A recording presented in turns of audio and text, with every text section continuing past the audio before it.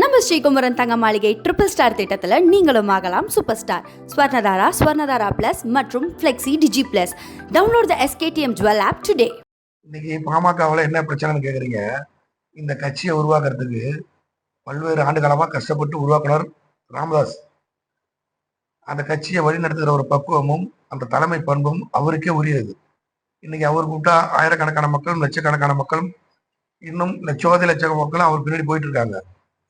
இந்த குறுகிய காலத்துல அன்புமணி இந்த கட்சி என்னது, எங்கட நீ எல்லாத்தையும் கொடுத்துடணும், நீங்களாம் ஓய்வு பெற வேண்டிய வயதெல்லாம் வந்துடுச்சு அப்படிங்கிற ஒரு காலகட்டத்தை முன்னெடுத்து நிர்பந்தத்தோட குடும்பத்தோட சில பின்னணிகள் எல்லாம் சொல்லி அவரை கை நீட்டி பேசி வன்முறையை கொடுக்குற அளவுக்கு கிட்ட போயிட்டாங்க. அப்பதான் ராமதாஸ் தன்னோட பழைய காலங்கள் 1984 அவர் எப்ப கட்சி ஆரம்பிச்சு சங்கத்தை ஆரம்பிச்சு அந்த வன்னிய மக்களுக்காக எப்படிலாம் செயல்பட்டாரோ அந்த மக்களுக்காக இன்னும் நான் செயல்பட போகிறேன் ஒரு செய்தியை சொல்லிட்டு, என்னோட சொத்துக்களும் இந்த வன்னிய அறக்கட்டளைக்காக நான் சம்பாதிச்ச சொத்துக்களும் இந்த மக்கள் மேல வச்சிருக்க நான் பற்றுகளும் எல்லாத்தையும் இந்த மக்களுக்கே நான் கொடுப்பேன். இந்த மக்களுக்கே நான் கொடுக்க போறேன். என் மேல நீ எப்போ நீ வன்முறைக்கு நீ தொடங்க ஆரம்பிச்சிட்டியோ, என் சொத்தும் நான் சம்பாதிச்சதும் என் மக்களும் என் மக்களோட வாழ்ந்து என் சொத்தெல்லாம் கொடுக்க போறேன்னு சொல்றாரு. அதோட மெயின் புள்ளியா அவரை என்னென்ன தவறான கட்டங்கள் கட்டணுமோ அவரை எப்படி அர்த்த ரீதிக்கு கொண்டுட்டு போய் சத்தம் போடாம என்னென்ன செய்யணுமோங்கிறது உங்களுக்கு புரியும். அது என்னன்னு அதெல்லாம் சேர்த்துக்கு ஏற்பாடு பண்ணிட்டு இருக்கார் அன்புமணி ராமதாஸ். காடு வெட்டி குரு தன் உயிருக்கு போராடிட்டு இருக்கிற நிலை, அதாவது விழுப்புரம் கூட்டத்தை முடிச்சுட்டு வர்றப்ப அந்த வாகனத்துல வரப்ப ஒரு மூச்சிறப்பு ஏற்படுது. அப்ப அவர் நிப்பாட்டி ஒரு சும்மா தண்ணி கொடுக்குறாங்க. குடிச்சதுக்கு அப்புறம் நிலை ரொம்ப மோசமா போகுது. அந்த நிலைக்கு பிறகு மருத்துவரை தொடர்பு கொண்டு போன்ல பேசி ஒரு சில சிகிச்சைகள் முடிஞ்ச பிறகு மறுநாள் காலையில் அங்கே போறாரு. ஐயா, இந்த மாதிரி என்னோட நுரையீரல் பிரச்சனை இருக்கு, எனக்கு முன்னையிலேருந்து இது தெரியும், உங்களுக்கு சொல்லியிருக்கேன், நான் ஆப்ரேஷன் பண்ணணும், வெளிநாட்டுக்கு போகணும்னு ஐயாட்ட போய் சொல்றாரு. குரு, நீ சிங்கப்பூர் போய் செலவு பண்ணாலும் கொண்ட காசு இருக்கான்னு கேட்கிறாரு ஐயா. அப்ப அவர் கோச்சிக்கிட்டு என்ன பண்றாரு, என்ன போய் இப்படி கேட்டீங்களான்ட்டு கோபமா போறாரு. ஆனா ஐயா அதுக்கு முன்னாடி அதுக்கான தொகையெல்லாம் ரெடி பண்ணிட்டார். இவர் சிங்கப்பூர் அழைச்சு போறதுக்கு எல்லா வேலையும் செஞ்சுட்டாரு.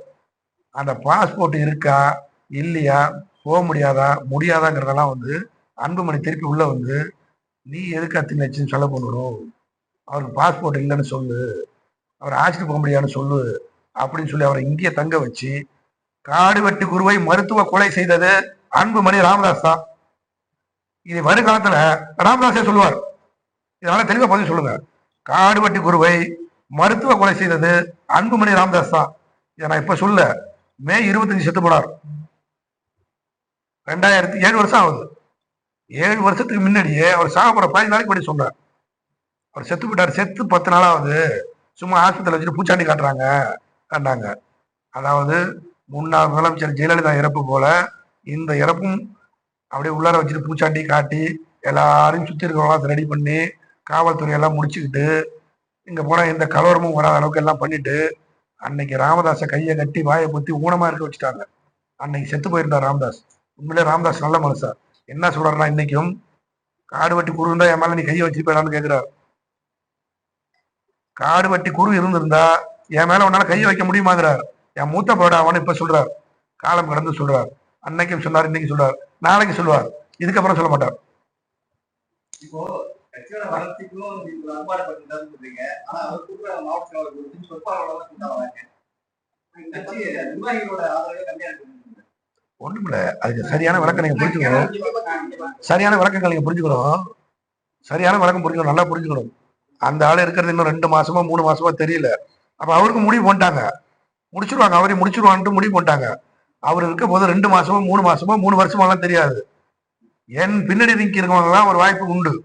பொறுப்புக்கும் பதவிக்கும் பணத்துக்கும் என் பின்னாடி எவெல்லாம் வரீங்களோ அவங்கெல்லாம் நிக்கலாம். இன்னைக்கு நிக்கிற ஒரு பெயரும் கட்சி ஆரம்பிச்சு கட்சிக்காக உழைச்சி இன்னைக்கு மருத்துவர் ராமதாஸோட கால் படாத இடமே கிடையாது தமிழ்நாட்டுல. எல்லா கிராமத்திலையும் அன்புமணியோட கால் எந்த கிராமத்துல படிச்சாலும் கிடையாது. டெல்லி தலைநகரமா இருக்கும், சென்னை உயர்நீதிமன்றமா இருக்கும், இல்லைன்னா மற்ற மதுரை உச்ச நீதிமன்றமா இருக்கும். இந்த மாதிரி ஒரு முக்கியமான இடங்கள்ல தான் அவர் கால்பட்டு முடிஞ்சு சேரியிலையும் பாமர மக்கள் இருக்கிற இடத்துலையும் முடியாத மக்கள், ஒடுக்கப்பட்டவர்கள், தாழ்த்தப்பட்டவர்கள், முடியாத மக்கள், ஏழை இளைய மக்கள் இடத்தெல்லாம் அன்புமணி போயிருக்கவே மாட்டார். தொட்டா திட்டு கையை தொடைப்பார். எவனா கூட்டு இல்ல அதை ஊத்த சொல்லி தொடைப்பார்.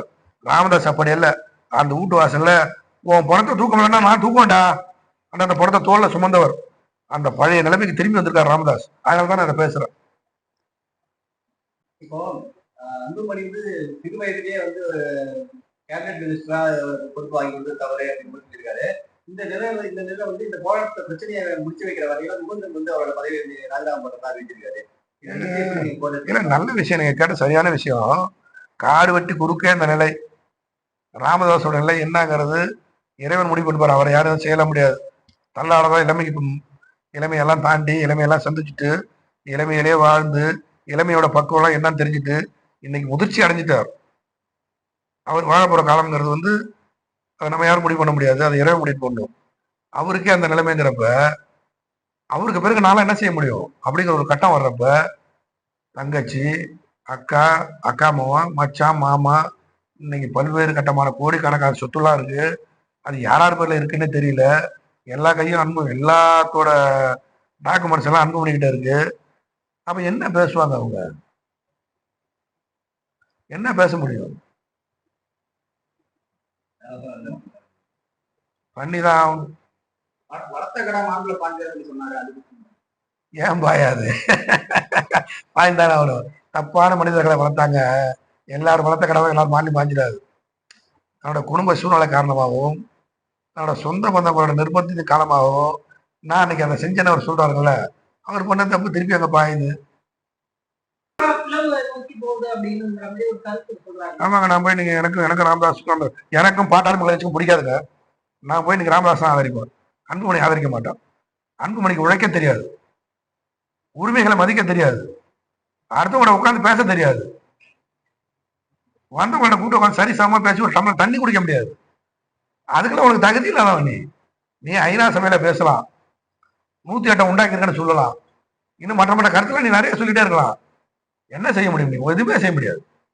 ராமதாஸுங்கிற ஒற்றை வார்த்தை இல்லைன்னு சொன்னா அன்புமணிங்கிற அத்தியாயமே இன்னொரு அரை மணி நேரம் இல்ல, 6 நாள் இல்ல, 60 நாள் இல்ல. அவர் வாயை தொந்துட்டாருன்னா அதுல இருந்து ஸ்டார்டிங் ஆயிடும். கடைசி கட்டமா 60 நாள் எல்லாம் முடிஞ்சிடும்.